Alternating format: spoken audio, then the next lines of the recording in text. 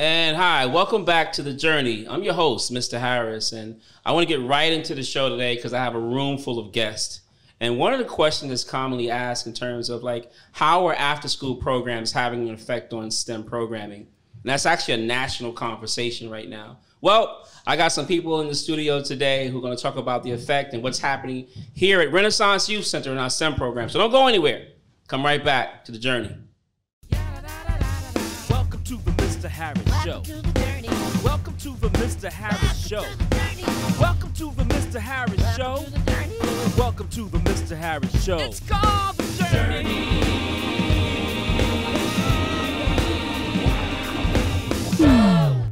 All right, let's keep the party going. So next up, we have architecture design. And introduce yourselves, please. My name is Mr. E. My name is Athena. My name is Angel. All right, Mr. E. So this is architecture design. What do you guys, well, first of all, what does that mean? Yes. Architecture and design is the study of building. Study of buildings. So what kind of things do you do in that class? We study buildings. You study different buildings and how they're made and created, right? Yes. So I love how that room looks. Can you start me from the Stone Age and take me around the room? You guys can take turns doing that if you like. So the Stone Age is mostly about the stones. Back in the days, we didn't have electronics and all that stuff. We had there's mostly dinosaurs, and we had to survive. We had to hunt mostly, and there was open wars, condors, and all that wars. Oh, nice. You know those different dinosaurs. So we lived in caves, right? Yeah. Inside those caves, there are writings on the wall. What is that writing called? Those are hieroglyphs. And so what's next to the Stone Age era? Yes. Ancient Egypt. Ancient Egypt. So when we think about ancient Egypt, what does it look like? What are we looking at in that next section? So it's like basically talking about how ancient Egypt had to go through and back in the days. Yeah. Is that during the pyramid? Right? So how many pyramids you guys have upstairs that you created? 8. 8. And do they have names? Khufu, Menkaure, and Khafre. Uh-huh. So they do have names, right? Tell me a fun fact about a pyramid. Do you have one? A fun fact about a pyramid, the sarcophagus called the pyramid. So I got a fun fact for you about pyramids and everybody out there. So we could never figure out how it was constructed, how it was made, because it was so long ago. We don't have big machines like we have now, right? But they say one of those bricks, it would take 100 men to pull it 1 city block. So just imagine in this room, we only got like maybe 15 of us, and you are not men. So it would probably take about 350 of you guys to pull just one of those blocks, a city block. So it makes you wonder, if it was that heavy and that big, how did they ever get it up so high, right? The things that make you go, I know you guys got things like cannabis jars in there and stuff like that. What is that? Can you tell me? Yes. A cannabis jar is where they put the mummy's organs in. Right. And then as we go from the Stone Age, we go to the Egyptian pyramids. Ancient Rome. Then we go to ancient Rome. So tell me something about ancient Rome. In ancient Rome, we have the aqueduct. It travels water to the mountains to the city. That's right. We have the aqueduct, right? The first plumbing system, Rome gets the credit for creating that. Then we go from that, and then we go to what? The City of Us. The City of Us. What is the City of Us? The City of Us is basically talking about us, like the whole city. Right. So for those of us that are out there, here's a fun project we did, right? To get your young people looking at their community differently, right? So they were given, I told them you had 50,000 people in your population, 10 square miles, and we gave them a budget of $1.2 billion, and we were teaching young people about money. And then we had to balance the budget. So they had to put what they needed in their community and what they wanted in their community. And by the time we finished with hospitals and schools and prisons even, right? And so on and so forth, or a prison I think we have in our city upstairs. Or did we remove the prison? Is the prison still there? Yeah, it's still there. Oh, the prison's still there? All right. We had to balance that budget. What a great activity to do for your young people. It gives an opportunity to see what's happening in and around their community. All right. So we did that. And you guys then did all the blueprint. Remember? All this, well, you guys were not there. I think 2 years ago they did that. You're now keep developing. So here's what we do, right? In the room, they are constantly building upon all of the activities, including the Stone Age. So now maybe you're going to add grass. Maybe you're going to add a lake to where the prehistoric animals are. There's always something they can do to keep adding on to that room, right? And the room, the city of us, is made of Legos, right? So it's endless. You can constantly just keep building. Next to that, we have New York City. Yeah. New York City. I think you got something. Bronx Utopia. Bronx Utopia, right? And Bronx Utopia. You know what utopia means? A better place. A better place? Ah, you guys are something else, right? So we got Bronx Utopia. I wish I had more time. I'll tell you some really cool stuff came out of that because we asked young people to come up with a community that is preventive to crime, not reactive to crime. Think about that one, right? Then we go to New York City, right? Give me another name for New York City. The Big Apple. The Big Apple, right? All right. Then after that, it's under construction, though, right? And it's what? Doesn't have a name yet, does it? It's like we're looking at what does the world look like 50 to 100 years from now, you know? And these guys are looking at that. And there is one other thing in your room. What is it called? Urban and suburban. Yeah. Urban and suburban, right? So what is the difference of urban and suburban? Yes. The difference in urban and suburban is urban, you have like things that are more closer to your house, but in suburban, you're gonna have to drive a long distance just to get to a place. Yeah, one is condensed. Everybody's having fun all on top of each other. And one is like spread out, right? You know, it's a little different, right? What has it been like for you teaching in that room? It's been good. I've been learning a lot of new things ever since I got here. When I first got here, I was really shy, really nervous. But then after I started meeting new people, I started like learning more things about the room. Mm-hmm. And I just wanted to keep learning new things. Yeah. When you first were asked by probably me, I'm sure, to go in that room and start teaching this, I know you went home and got very upset with me. But how do you feel now that for months have gone by? Do you feel empowered? Do you feel that you can, how do you feel? I want to put words in your mouth. It feels good. I just feel good in that room. I'm learning new things that I didn't know. Right.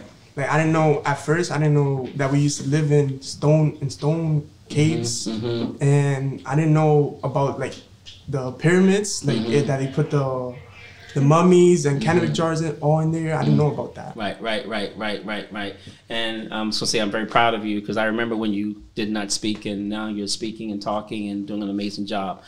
Before I let you guys go, what do you love most about Renaissance? I love mostly about Renaissance is the teachers. The teachers. I love it. What do you love most about Renaissance? The teachers. The teachers. All right, we'll be back with more teachers.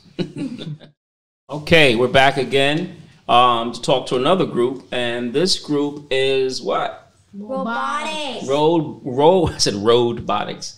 Robotics, right? And actually, we kind of call it here codebotics. But let me start with introducing you guys' teacher. He's a new hire for us here at Renaissance. We've been serious about this, and so we wanted to hire someone who will be a director of our STEM programming. So please introduce yourself. Hey guys, my name is Stevenson. I am the director of STEM, so everything from robotics to drones to computer language, we are learning here. My name is Derek, and I'm 9 years old. My name is Johan, and I'm 11 years old. So let me ask you a couple questions, right? Because some people may look at this from the outside and be like, why is this important? So for me, it's about literally access to the job market. And I believe your last interview, you said it best. Now that we have access, and that's like the line that sticks, now that we have access, how are we going to build our community? What are we going to do to propel everything forward? Yeah. And it's funny you say job access, right? And we think about vocational. But in addition to vocational, it's just like independent living skills now, right? Because when I went to school, we did wood shop, home economics, pottery class, electric shop, all those wood making, all those types of things that you want to go home and kind of work on your house and fix your house up, whatever. Now, when I think about technology, yes, I think about a vocational for jobs, but I also think about it like, man, if you can't work this phone, you can't order food. You know, like if you can't work your computer, you can't make a doctor's appointment. So technology is becoming like imperative, right? So let me jump to these guys for a second, a little bit. So tell me, first of all, what is robotics?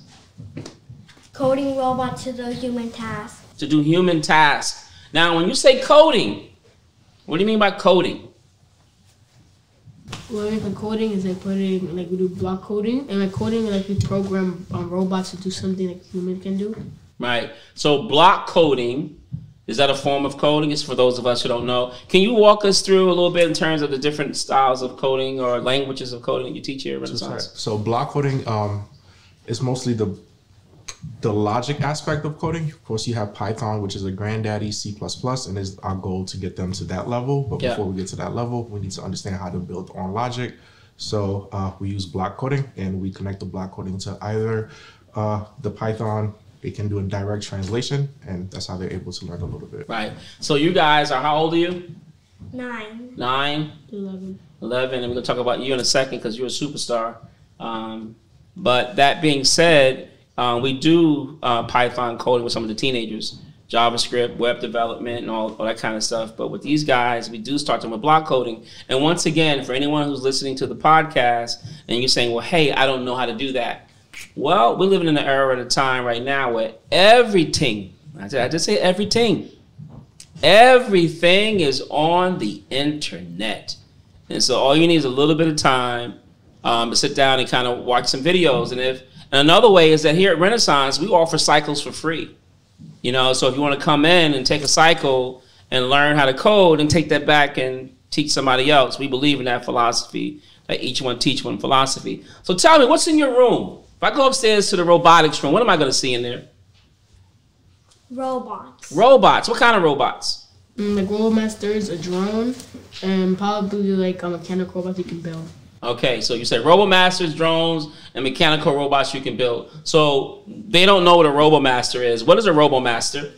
And what makes it so cool? A Robomaster is a robot that you can control manually by rabbit or code it using block coding. Okay, so I can control it manually with a control, or I can code it, right? And what's the coolest thing about the Robomaster, you think, anyway? The coolest thing about Robomaster is it's from the Mars Rover 1 that's on Mars collecting data for NASA right now. The same technology as it. The same technology, right? You know what I like about it the most? Mm-hmm. Those wheels. What do you call those wheels? Omni wheels. Omni wheels. And for those of us who don't know what that means, what's so great about the Omni wheels? The omnidirectional. The omnidirectional, which means what? You can go anywhere. You can go anywhere, right? It can be moving and all of a sudden go sideways to the other side, go backwards. All right, and these robots, these young people built them, not these guys per se. We had another group. It comes in about 290 some odd pieces and a few Saturdays, and you got your Robomaster put together, right? So we call it Codebotics here. We make up our own little name because you mentioned it earlier. You're coding the robots to do human tasks, right? So what are some of the things that we've been able to make upstairs to do human tasks? Yes. Or to help humans. We made like smart houses, which is like showing off how a smart house will look like. And a smart house is what? Yeah. Smart house, like there's a fire. It'll just show up strikes like alarms. Another thing is raining, the windows will automatically close by itself when nobody touches them. The smart house is made by technology, and only technology you use it. Like if you're sleeping and there's rain outside, and you're like, oh man, I hate the rain. It's automatically windows closed, heat, everything it does. You don't have to press any button; it automatically knows what to do. Right? Talk to me a little bit about the smart stick. No, that's called the smart stick. It's called the blind stick. Mm-hmm. Yeah, tell me about the blind stick. The blind stick is a stick for visually impaired people. They can't see. It's we made a stick has a bunch of components that work. So if you're close to a wall or something dangerous, the visually impaired person can hear it and say, "Oh, that's on the wall." And something we added to upgrade it is the glasses, because the stick might be too hard to hold, because if you're on the groceries without it, you're like, oh, I'm tired, I'm never gonna be tired. So we made glasses for the same kind of mechanics as the blind stick, and we added together. You can hold baggages, anything you want with these with your two hands, instead of having one hand and one baggage or two hands, just one hand. Right. And see, here's the other thing on top of vocational, right, is that you guys are becoming problem solvers. You're becoming critical thinkers. And so you say, hey, here's an older woman. She has glaucoma. She can't see. So I gave her this blind stick. He or she can now walk down the street and not fall and hurt themselves. And then you upgrade it to 2.0 version, which now comes in a pair of glasses. That's amazing that you guys are kind of able to do that, right? Can you talk to me a little bit about those who are out there who are afraid of technology still, who say, man, you got to be smart, you got to be this, talk to us about that. Just get comfortable. I think Henry Ford best said it. If you ask them what they want, they say faster horses. But now we have cars, we have airplanes, we have, hopefully one day we'll be flying through drones. So we're all just getting very acclimated with technology. AI is very new right now, whether you're looking at the Google Pen, the Ray-Bans, or the monocle, which tells you anything you want to know within seconds. So it's turning humans into androids in a sense, just knowledge-wise. And I think it's something that should be embraced, mostly because it gives you more access. Yeah, flying with drones or flying in drones, is that wishful thinking, or are we going to the Jetsons for real? We are definitely there. There's some companies in China that's working on it. Really? EHang, although they went through their... EHang is one of those companies working on that very solution. So we shall see it in about a few years. Right.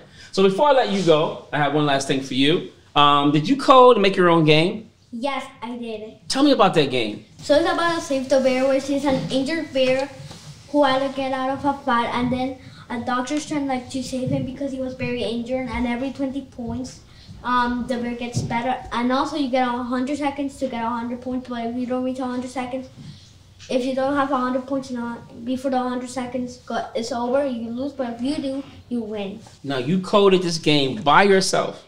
Yes, by myself. That's amazing. And I think your game is going to be played at our Winter Wonderland on Saturday, so young people will be able to come up and play your game. All right? Before I let you go, you got a chance to go with me to United Nations. And we got a chance to speak a little bit in front of a lot of folk about technology, right? What was that experience like for you? It was amazing. I got to tell people about my experience here and what happens here. And also like other people I had to meet for a dinner, like a meet and greet. I talked to them, greeted them saying, oh, so you work here, you work that, you work here. Yeah. You know what? Whenever I go to a place like that, I often go home and I always tell myself, I wish I had said this, or I wish I had did that. Did you have that feeling when you left? Me too. Yeah. Every single time. So tell me one of the things you wish you had said when you were there. Probably something more important, because I forgot something to say there.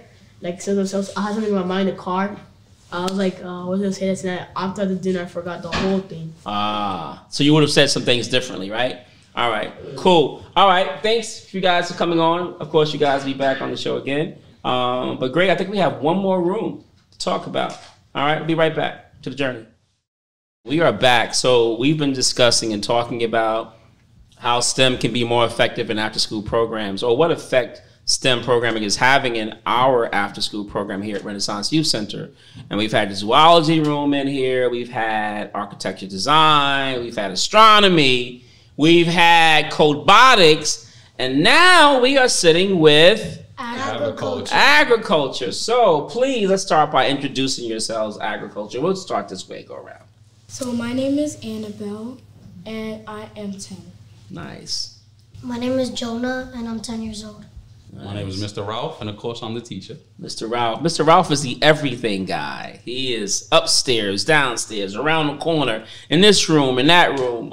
And you have now been in agriculture about for 3 to 4 months. 3 to 4 months. So if I was to walk in the agriculture room, what would I see?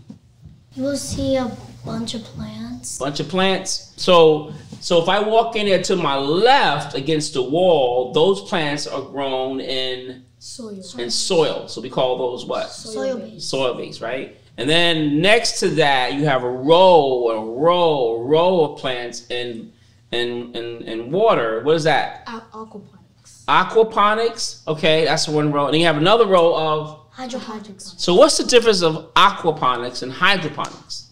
Yes. So aquaponics, we plant plants in water using fish poop as fertilizer. Mm-hmm. And then hydroponics, we plant plants in water using minerals.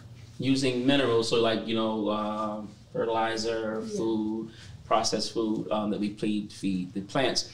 Then to the back, you have this thing like a Christmas tree. It's actually also a different way of hydroponics. So how does that work? The lights, there's 4 lights hitting each side. Those are called UV. Okay. And UV stands for ultraviolet. Okay. So, and like there's a bucket. There's a bucket filled with water. Every 15 minutes, it goes up. Pump. It spreads and it hits the roots of the plants. And that's how it drinks the water. Got it. Now, you guys also do some testing. Like in zoology, they say they have to test the water for nitrate, acid, and pH, right? Do you guys test for any of that stuff? Yes. What are you testing for? We test the water to see if it's good or bad. Right? And so what are you testing for? pH level of the water? Yeah. We're like testing if the water is going to be good for the plants or we need to change the water. And how do you know? So we have this tester. We get water from the bucket and then we scoop it. Then we put 3 drops of pH. Then we shake it, and green is the best level, and then like red is the worst level. It's horrible. The fish is just gonna die or something, right? Yeah. So do you guys ever eat any of the vegetables? We're trying to.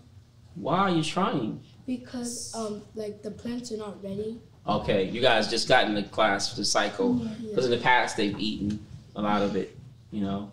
I have a question. Are plants male and female? Some of them, yes. Some of them. Okay. All right. Sir. Yes, You sir. should be very proud of your young people here. I'm always proud of my people. All right. So tell me what it's been like for you. I know you started out in the robotics room, building robots and stuff, and you do a lot of stuff for the organization, but now you've been in this room. What's that been like? I actually love it though. I'm learning how to grow my own produce. I'm teaching the kids how to grow produce. And just keeping up with things. I like to see stuff flourish. Right. So what do you have a goal? The goal is to make everybody salads by the end of the year. Teach everybody how to make their own homegrown salads. Right. Has this had an effect on you? Like, do you now walk down the vegetable aisle restaurant, in a supermarket, and be like, that's not fresh, y'all. This got too much pH in it, or this. It makes me think about how many people touched the food before it got to me. Well, why? Because you have to start off on a farm, then the farmer picks the lettuce, then they have to go through another person, then they have to ship it, put it in a box, then the supermarket gets it, puts it out. Right. Then she might walk past it and pick it up and go, this one is not for me, and put it back. And then you come in and just pick it up and be like, this is perfect. Right. 20 people didn't touch the produce by the time you get it. Right. So that's, I guess, it's important. We gotta make sure we wash our vegetables before we eat them, right? Now, did you grow up in an after school program? Only playing basketball. Only playing basketball. So you never went to a program? Wow, this is crazy. You I've been talking to people here lately, and a lot of people tell me they never went to an after school program. This is like my after school as an adult. This is your after school. Would you send your kids here? Of course I would. Why? Because they have opportunities that we didn't have growing up. What we had was sports. We didn't get to learn the stuff of basic STEM and stuff to get you further in the future. Yeah. Okay. Would you, in closing, any words for someone out there who maybe works in an after school program, or maybe as a teacher, maybe you're a math teacher, where you say, I would love to do this, but I don't know enough about it. What would you tell that person? Just take your time and do your research, because I didn't know anything about it at first, honestly, and I just took my time and did my homework. Yeah. Well, you heard it, and that's the biggest advice I'd like for you all to leave with, is that please don't be afraid of taking the step. Just take the step. If you know 2 things, teach the 2 things that you know, and after a while, it'll keep growing. And remember, I think one of the things you kept hearing from all of the teachers here is that we learn from each other. The kids teach us just as much as we teach them. And once you teach them how to research, they'll come back and they'll almost run the classroom for you and tell you what to get, what you need, and how you should be putting things and handling things. So please get started, getting your young people involved in STEM. And before I let you guys go, what do you love most about Renaissance? What I like most about Renaissance is that Renaissance give little kids opportunity to do what they love. Okay. What about you? What I love most about Renaissance is the staffs. They're so kind to us, and when we're having a bad time, they always try to help us out. Yeah. Cool. Well, Cool. Thanks you guys for being on the show, The Journey. All right. Talk to you soon. Bye. All right. Thank you guys for tuning in, and I hope you were able to kind of get some ideas and understand that it is possible. You know, for years we have had the latchkey type approach to after school setting, a safe place for kids, right? Bringing them in, writing journals, going to gym, doing some arts and craft, and there's nothing wrong with any of those programs. But I am suggesting that we can do more. Bringing quality to after school programming. One of the things that we can't get back in life is time. I can get back anything else. I can't get back time. So let's make sure that we give our kids a quality program. And you can do STEM within your program. All right, so all you got to do is a little bit of research on your end, get some milk crates, get some soil, whatever you decide to do. If it's going to be robotics, you can do that. You can do some coding, get some programming, stuff that you would need to get. But get started. And I think that's the most important thing. Just get started. And when the opportunity comes, maybe you can also partner with another organization or a college in your community. But get started. All right. Thank you guys for tuning into The Journey. See you soon. Welcome to the Mr. Harris Show. Welcome to the Mr. Harris Show. Welcome to the Mr. Harris Show. Welcome to the Mr. Harris Show. It's called The Journey.